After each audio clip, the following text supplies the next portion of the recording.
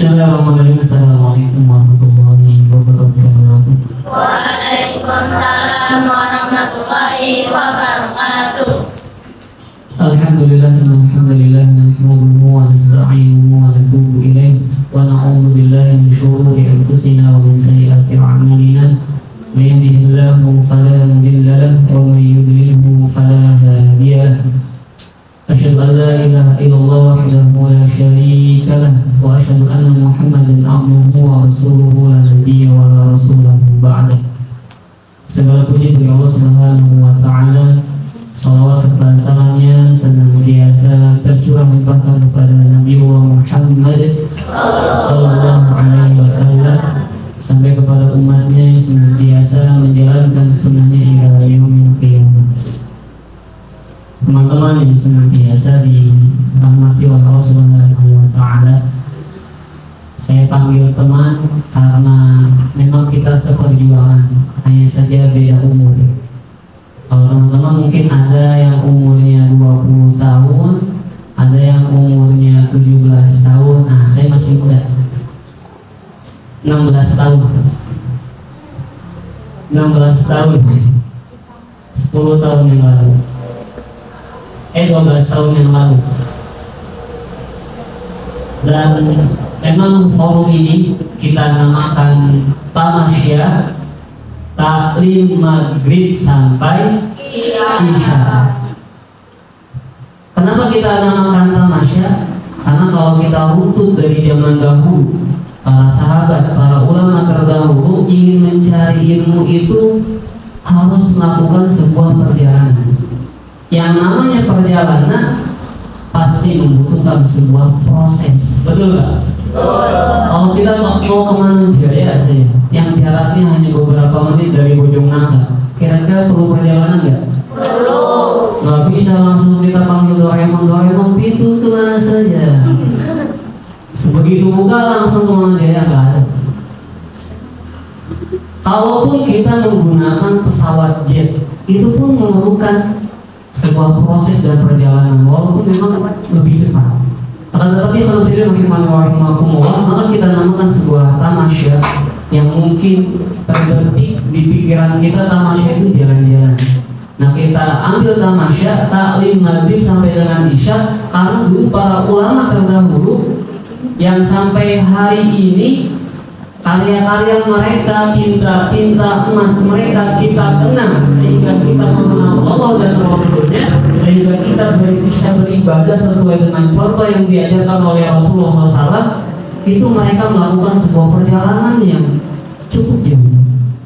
Bahkan ada yang mengatakan, kalau seandainya ada satu ayat di dalam Al-Quran yang aku sendiri belum paham, dan ternyata yang paham tentang ayat ini ada di seberang sana yang jaraknya itu memerlukan 5 hari perjalanan, maka saya akan kejar sampai saya betul-betul paham.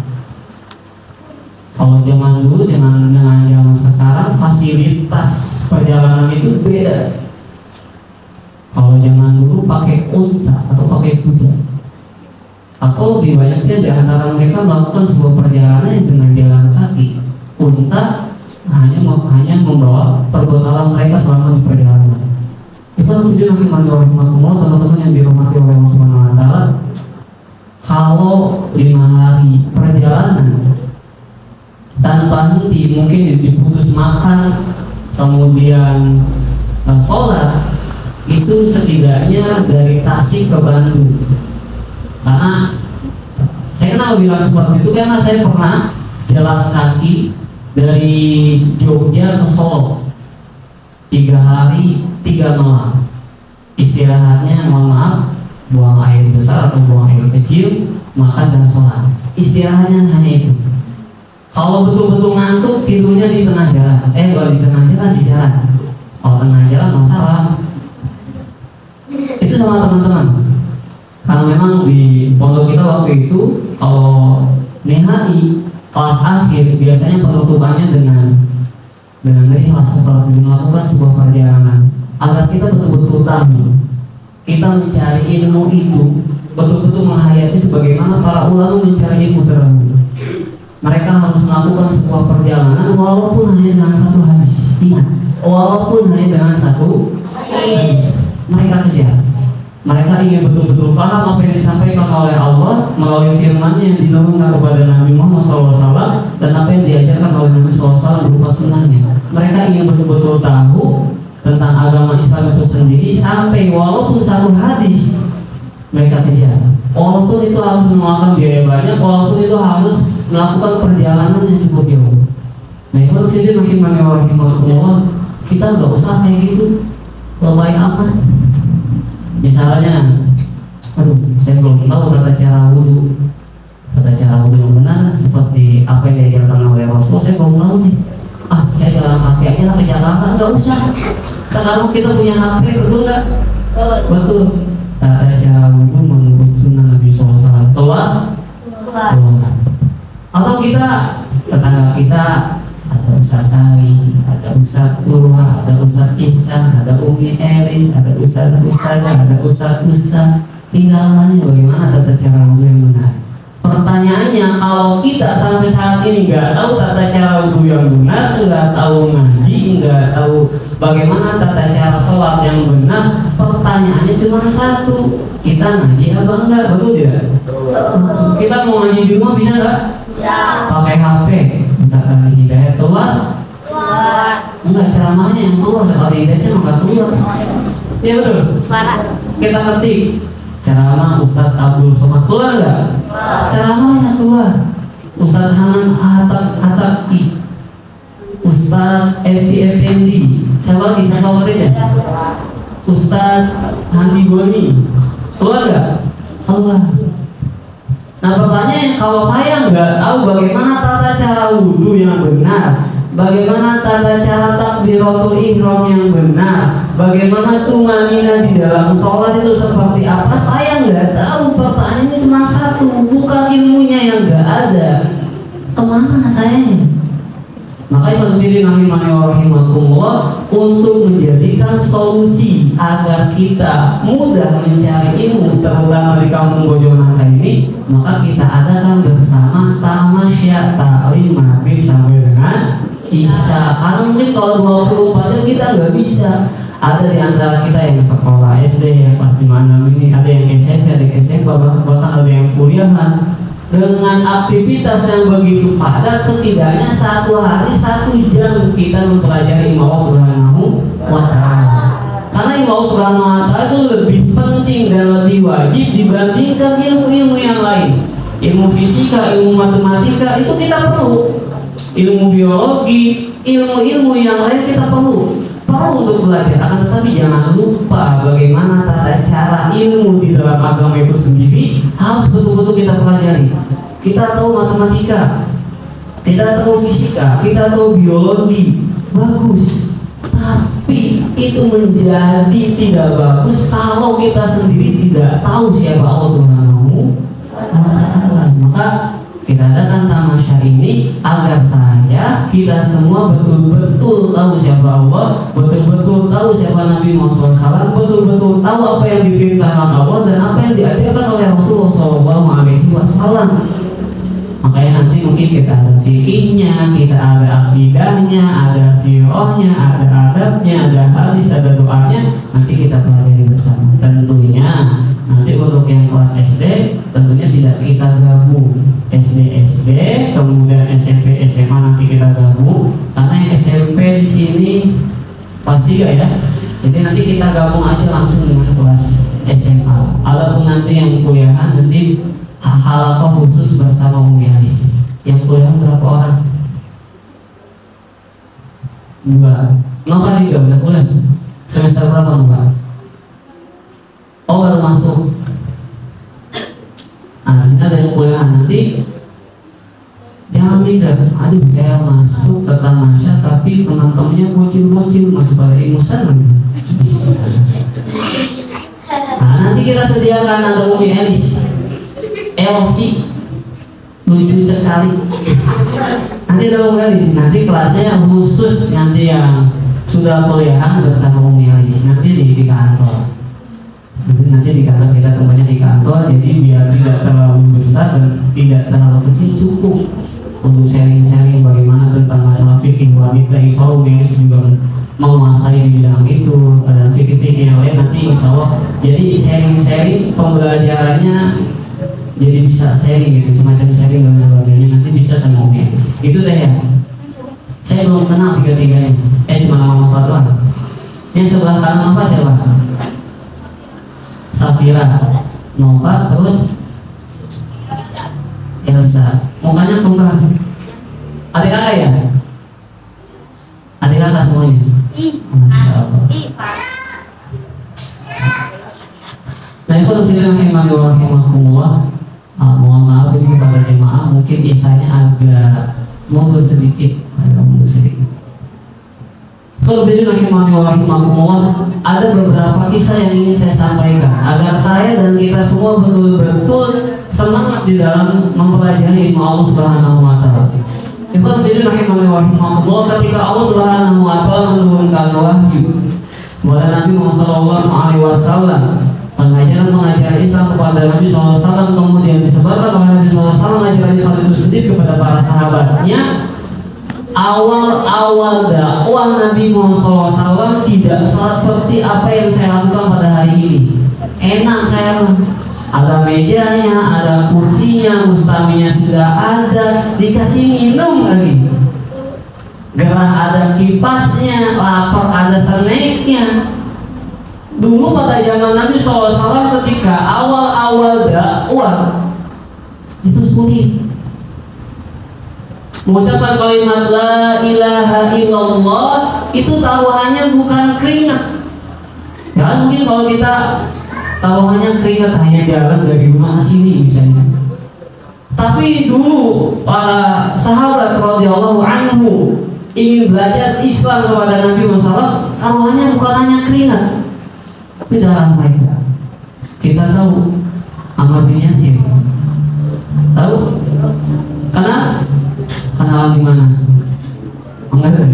Tapi kita tahu kisahnya. Diabadikan oleh Nabi SAW, diabadikan oleh Allah Subhanahu wa taala. Kemudian juga diabadikan oleh para ulama menjadi kisah-kisah agar memotivasi kita semua. Ikhwan fillah rahimani wa rahimakumullah. Ammar bin Yasir dan keluarganya ketika masuk Islam, ketika ingin belajar kepada Nabi Muhammad SAW, ketahuan oleh orang kafir Quraisy, ketahuan oleh musuh-musuh Islam, ibunya, ayahnya, kemudian Ammar bin Yasir itu sendiri, kemudian diseret ke tengah lapangan, diikat. Tiga-tiganya diikat di tiang yang sudah disiapkan oleh orang kafir pada waktu itu. Tiga-tiganya diikat dengan kejam, kemudian bapaknya dilepaskan. Pertama bapaknya dilepaskan bukan untuk dibebaskan, tetapi untuk disiksa. Karena apa? Karena orang-orang kafir tahu bahwa bapaknya Ammar bin Yasir memeluk Islam, bahwa ibunya Ammar bin Yasir memeluk Islam, bahwa Ammar bin Yasir itu sendiri memeluk Islam, sedangkan mereka adalah budak.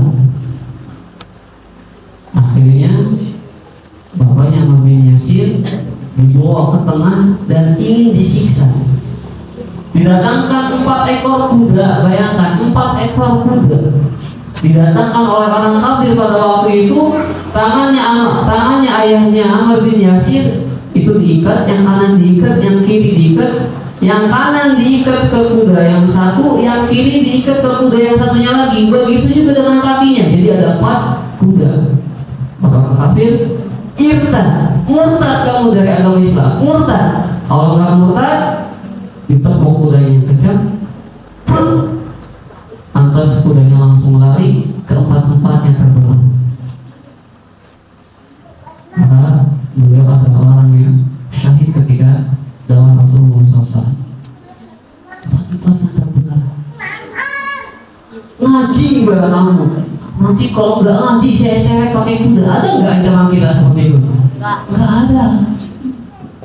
Diseret pakai kuda, pakai kudanya juga ya. Kuda-kudaan.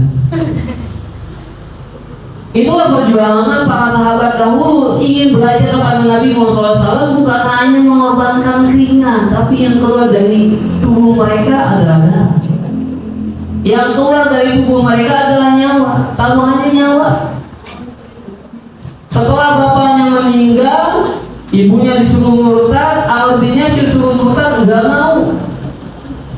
Akhirnya ibunya diambil dalam keadaan terikat. Mohon maaf, ibunya Ammar bin Yasir dalam keadaan mengandung.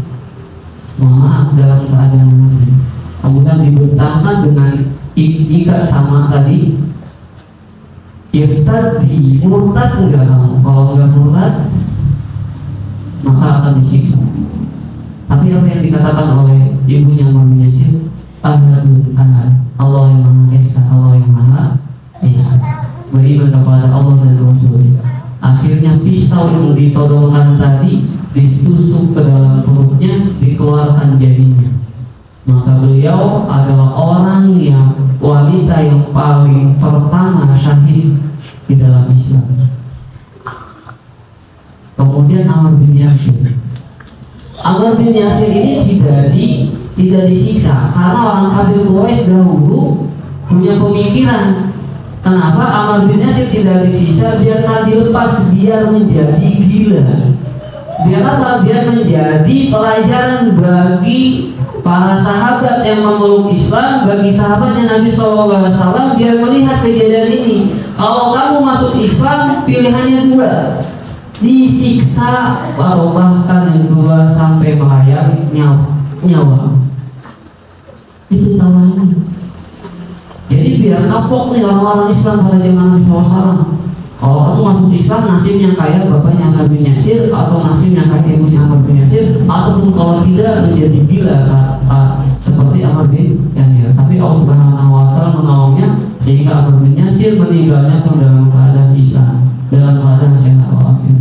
Maka yang berfirman rahimani wa rahimakumullah, kita hari ini tidak sampai seperti itu.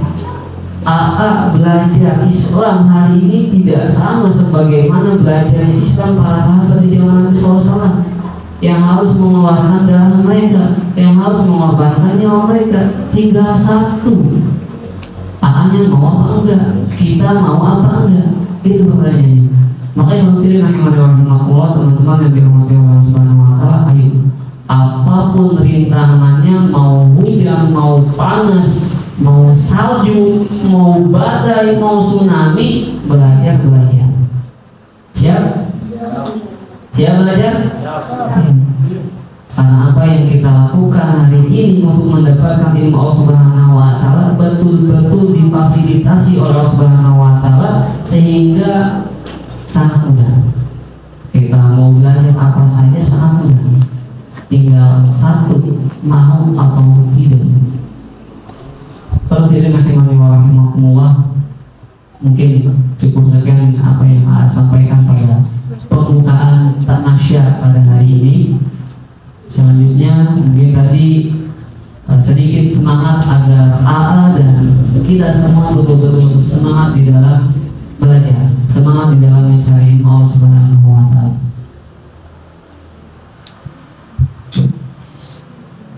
Untuk selanjutnya, ini masih AA yang memimpin.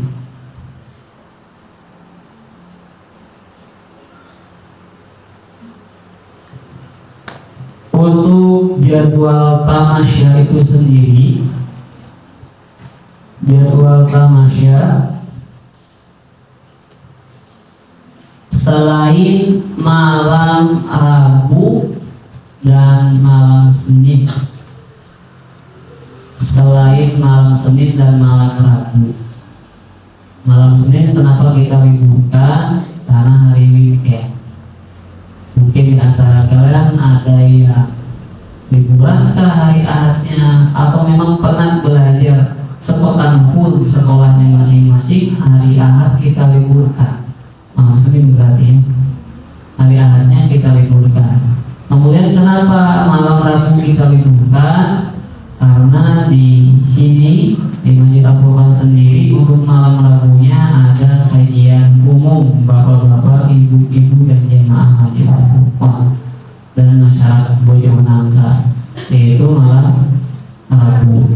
Selain itu berarti malam Selasa, malam Kamis, malam Jumat, malam Sabtu dan malam Ahad masuk.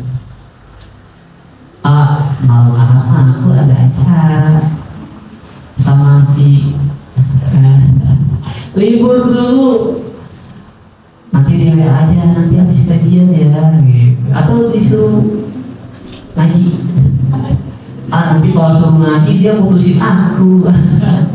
Apa yang kita korbankan pada hari ini tidak lebih besar dengan apa yang dikorbankan oleh para sahabat. Betul tidak? Betul.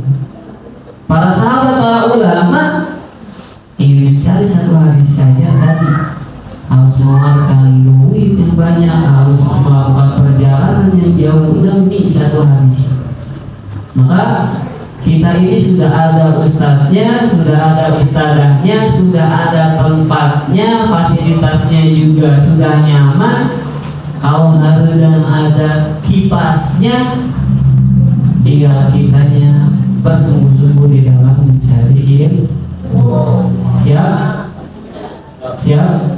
Siap. Apalagi ini ada yang jauh dari Manganjaya. Ya, Rapi sama siapa tadi? Nabil. Jauh. Di Pasar Kalen itu. Pasar Kidul, rumahnya di Pasar Kidul, Manganjaya. Yang lain yang cuma 5 meter, yang cuma 20 meter harus lebih semangat. Apa ada yang lebih jauh? Bisa?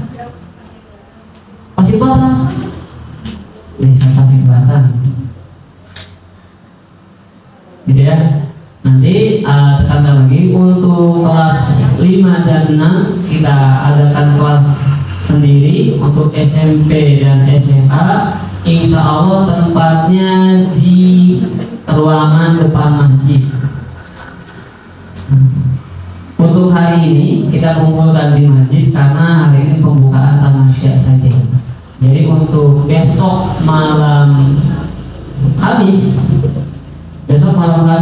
malam Rabu Minggu ya, malam Kamis langsung masuk ke tempat depan masjid. Jadi langsung ke sana. Oke ya. Kemudian selanjutnya untuk yang SMA nanti insya Allah kita buatkan grup khusus. Apa udah ada di Uni? Ada ya? Yang belum masuk siapa Mi?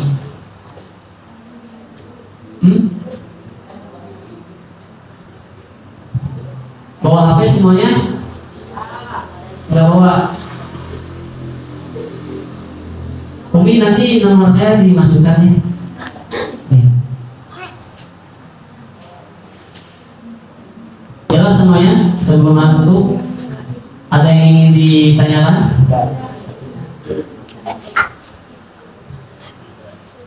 Snacknya kapan? Ya. Oh gitu? Betul? Snacknya silakan panitia.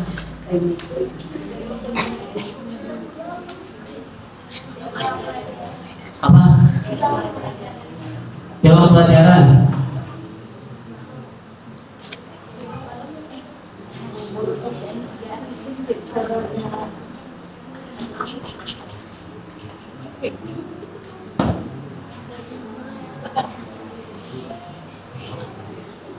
Gak kebuka tuh.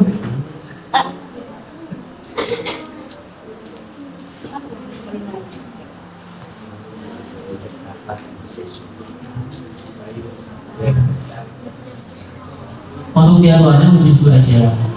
Ya. Oh ada.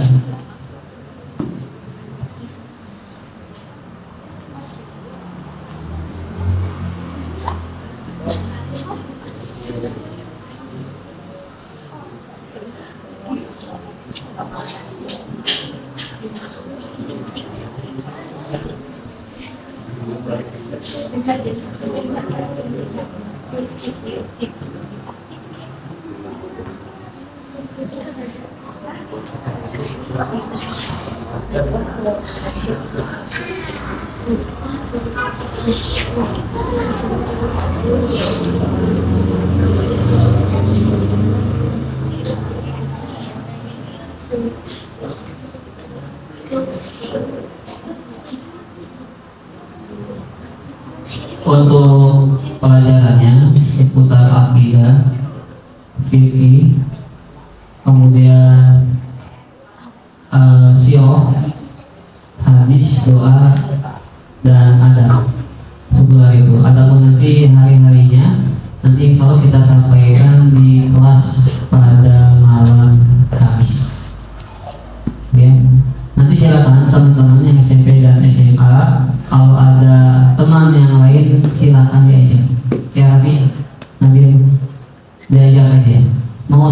juga nggak apa-apa.